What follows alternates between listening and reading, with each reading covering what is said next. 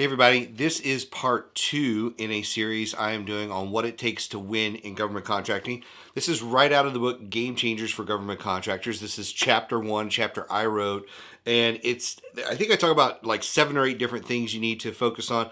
I'm only going to cover 5 of those in this series, so again, this is part 2. Today I'm going to talk about knowledge.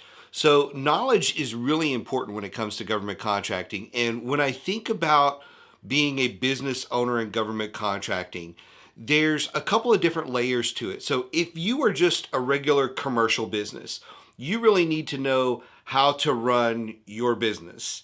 Then you need to know your industry and those two things. And that's it.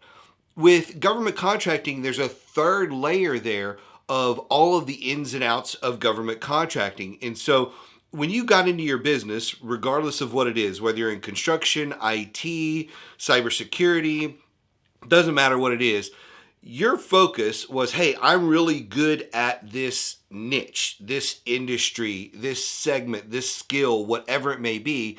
And hey, I'm going to run a business in it. So there's probably a learning curve from all your knowledge about the thing that you do to becoming a business owner. So there's one learning curve. And then you get to this next learning curve where you're trying to figure out how to be a government contractor and all the things that go with that. And so those are a couple of things that you really have to be focused on, not just being good at your skill, good at your craft, but also really good at becoming a business owner. Because if you're in the commercial industry, you're never going to get audited by your customers. Not going to happen.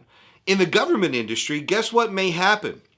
They may actually, depending on what you do, require a DCAA audit of your books and all those different things, your accounting system and all that kind of stuff. And so there's things like that happen. Your policies and procedures, you have to have these things in place in order to work for the government. In the commercial market, you should. Doesn't mean anybody's ever going to check up on you and ask any questions about that. They're surely not going to send you a contract. 9 times out of 10, you're never going to get a contract from a commercial company that says, do you have all these ducks in a row? It's just not going to happen.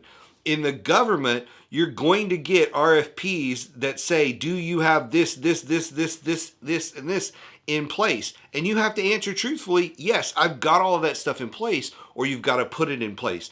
So there's a bigger learning curve there. Now, there's 2 ways to gain knowledge. One is the extremely painful way of going through, fumbling through, and just making mistakes. The second one is getting a mentor or a coach or whatever you want to call it.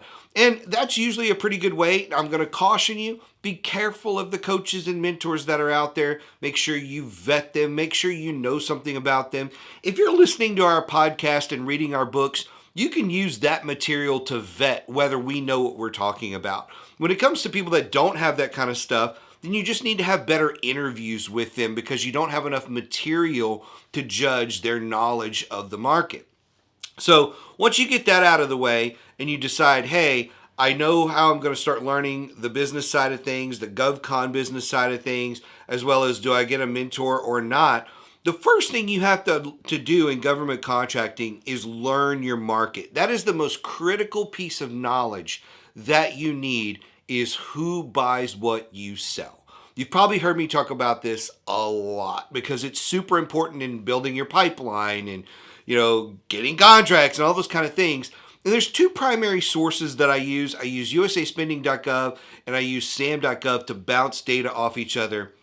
And if you know what you're looking for, you can deep dive into that data and find out all kind of information about who buys what you sell, how they buy what you sell, and then who they are so that you can actually start to approach these people. So that key piece of knowledge is probably hands down the number one thing most people don't get when they jump into this market. Most people just dive head first, start looking for RFPs, and really kind of take the market from a sales approach where, hey, let me just find something to bid on. Where I want to teach you more of a strategic approach to find out who's buying the most of what you sell. Where's the biggest opportunity? Where should you laser focus based on your skills, based on your background, all those types of things? Where should you be spending your time? And if you take that approach, the data approach, versus just the, hey, let's go grab some RFPs approach, you're going to have a much better time in this market. So gather the right knowledge up front about how to build your business, what you should be doing, the things you need to be incorporating into your business as a business, not just as an industry of whatever you do or your skill or your trade craft, whatever it may be. But gather that knowledge. Network on LinkedIn with people. You don't have to hire a mentor all the time, but you can, or a coach. You at least network with these people. Network with other people that are in your industry that are in government contracting. You can go look them up very, very easily in SAM or USA Spending and get people that are, or get in touch with people that are already in your industry in that business. Another great one to increase your knowledge is to look for industry groups and things like that are already there, such as the SAME organization, such as the Hub Zone organization, the 8A organization. There's all these groups that are out there that are tuned into what you're trying to do. VETS is another one. There's a big VETS conference, I think next week or whatever. It's coming up right around the corner as I'm recording this.